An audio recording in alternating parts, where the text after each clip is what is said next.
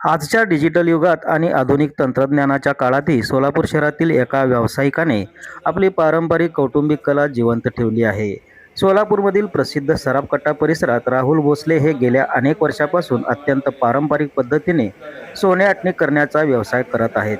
विशेष म्हणजे त्यांच्या कुटुंबाचीही या व्यवसायातील तब्बल तिसरी पिढी असून ग्राहकांचा गाढा विश्वास हेच त्यांच्या यशाचे गमक आहे. या पारंपरिक व्यवसायाच्या माध्यमातून राहुल भोसले आज महिन्याला 1 ते 1.5 लाख रुपयांची आर्थिक उलाढाल करत आहेत. या अनोख्या व्यवसायाबद्दल त्यांनी सविस्तर माहिती दिली. सामान्य भाषेत या व्यवसायाला सोने वितळवणे, गोठवणे किंवा सोन्याचे रिफायनिंग असे म्हटले जाते. जुन्या काळापासून चालत आलेला हा व्यवसाय आहे. ग्राहक किंवा सोनाराकडून आलेले जुने मोडके किंवा तुटलेले सोन्याचे दागिने स्वीकारले जातात. हे दागिने भट्टीत पारंपरिक पद्धतीने वितळवून रासायनिक प्रक्रियेद्वारे त्यातील तांबे, चांदी किंवा इतर धातूंची अशुद्धता पूर्णपणे काढून टाकली जाते. अशुद्धता काढल्यानंतर सोन्याची अचूक शुद्धता कॅरेट तपासली जाते.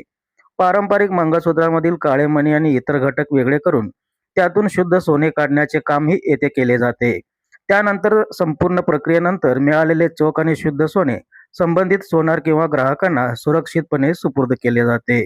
महाराष्ट्राच्या संस्कृतीत सोन्याला अनन्यसाधारण महत्त्व आहे. बदलत्या काळानुसार अनेक गोष्टी बदलल्या असल्या तरी आजही जुने सोने मोडून नवीन दागिने बनवताना किंवा सोन्याची शुद्धता तपासून घेण्यासाठी सोलापूरमधील स्थानिक सोनार तसेच सामान्य नागरिकांची राहुल भोसले यांच्याकडे मोठी गर्दी असते. पारंपरिक पद्धत, प्रामाणिकपणा आणि अचूक काम यांच्या जोरावर राहुल भोसले यांनी केवळ आपली कौटुंबिक परंपरा जपली नाही, तर नव्या पिढीसमोर पारंपरिक व्यवसायातून 1 ते 1.5 लाख रुपयांची उलाढाल राहुल भोसले करत आहेत.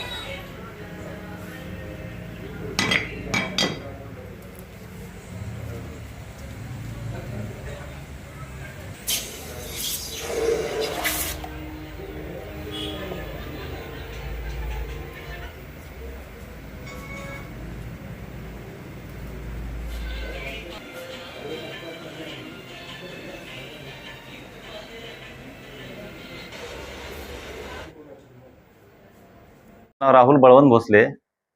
ह्या आटणी व्यवसायात ही आमची तिसरी पिढी आहे.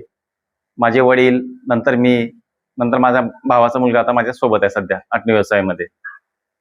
प्रथमतः गिऱ्हाईक आलं तर सोन्याचं आम्ही वजन करतो. वजन केल्यानंतर त्याच्या मापानुसार, म्हणजे वजनानुसार ते मूसमध्ये टाकून आटणी वगैरे करून घेतो. ते डागेला असेल तर त्याच्यातला डाग काढून त्याला शुद्ध 24 कॅरेटचं सोनं बनवून दिल्या जाते. जेव्हा आमचे वडील होते त्या व्यवसायामध्ये, त्यावेळेस हातावरचा जो भाता होता तेव्हा त्यात काम करत होते त्यांनी. आता कालांतराने आता बदल होऊन आता इलेक्ट्रॉनिक उपकरण आले आहेत, तशी मोटर वगैरे. त्याच्यामुळे आमचं काम आता सध्या बऱ्याच प्रमाणात सोपं झालेलं आहे. पण आता जलद गतीने होत आहे काम. त्या आम्हाला भट्टीच्या व्यवसायासाठी लागणारा दगडी कोळसा, लाकडी कोळसा आणि त्याच्यासाठी हा नवसागर, हा टाकणकार, हा सोन्या चांदीमध्ये लागतो. आणि ते जे आमची मूस आहे ते वजनानुसार दिली जाते, म्हणजे ग्रामनुसार, किलोनुसार. त्याच्यामध्ये जे घट असते ते मोडीवर अवलंबून असते, म्हणजे कुठल्या प्रकारची मोड आहे, चांदी वगैरे, सोनं, त्याच्यानुसार घट येतात. आणि त्याचा दर म्हणजे किलोनुसार असतो, ग्रामनुसार असतो सोन्याचा, चांदीचा. आता वर्षाकाठी जर उत्पन्न पाहिलं तर आटणीच्या व्यवसायामध्ये आम्हाला जवळपास 1.5 लाख रुपये असे मिळकत आहे.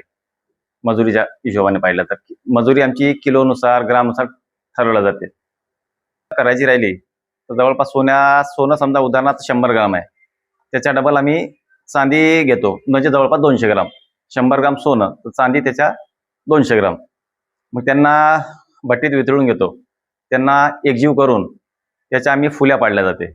फुल्या पाडून मग तेजाबमध्ये त्यात टाकून त्याची शुद्धता आम्ही काढल्या जातो. सोन्याची माती होते, जी चांदी आपण टाकलेली असते, त्या चांदीचं आपल्या पाण्यामध्ये रूपांतर होते. मग ती चांदी की आम्हाला भेटून जाते. त्याच्यातलं जे तांबा वगैरे जे आहे ते जळलं जातं. म्हणजे कसं, जसं आम्ही हातावर सोनं काढतो, आता जे पहिले आम्ही भट्टीवरच काढत होतो, आता तशामध्ये कालांतरामध्ये बदल झालेले मशीन आलेले आहे. ऑटोमॅटिक म्हणजे त्याच्यात रिफाईन, म्हणजे सोन्याच्या फुल्या पाडायच्या, चांदी वगैरे मिक्स करायची काही आवश्यकता नाही त्याच्यात.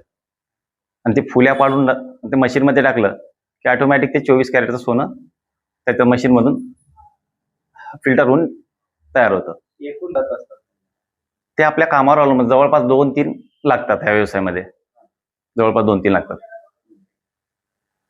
वितरणासाठी लागणारी आम्हाला ही मूस ही वजनानुसार दिली जाते. 100 ग्राम, 50 ग्राम, 20 ग्राम, हे 3 किलो, हे 4 किलो असे असतात वितरणासाठी. ही मूस मातीपासून बनलेली असते. ही मूस या आंध्र प्रदेश ह्या राजमंडीपासून आम्हाला येते.